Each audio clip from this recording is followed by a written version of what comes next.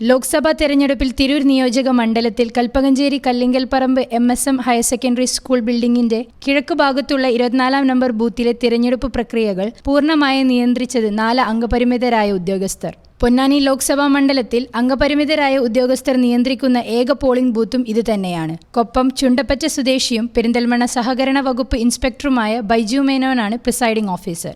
പടപ്പറമ്പ് സ്വദേശിയും പെരിന്തൽമണ്ണ സഹകരണ വകുപ്പ് ഓഡിറ്ററുമായ മുഹമ്മദ് ജംഷീർ ഫസ്റ്റ് പോളിംഗ് ഓഫീസറും പൊന്നാനി സ്വദേശിയും വെളിയങ്കോട് ഗവൺമെന്റ് ഹയർ സെക്കൻഡറി സ്കൂളിലെ സീനിയർ ക്ലർക്കുമായ നിജ്മോനാണ് സെക്കൻഡ് പോളിംഗ് ഓഫീസർ. ചെറുകര സ്വദേശിയും മലപ്പുറം DDE ഓഫീസ് ക്ലർക്കുമായ K അക്ബറലിയാണ് തേർഡ് പോളിംഗ് ഓഫീസർ.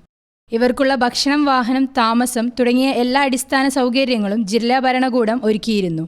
ഇത്തരത്തിൽ ജില്ലയിൽ 2 പോളിംഗ് സ്റ്റേഷനുകളാണ് അംഗപരിമിതരായ ഉദ്യോഗസ്ഥർ നിയന്ത്രിക്കുന്നത്.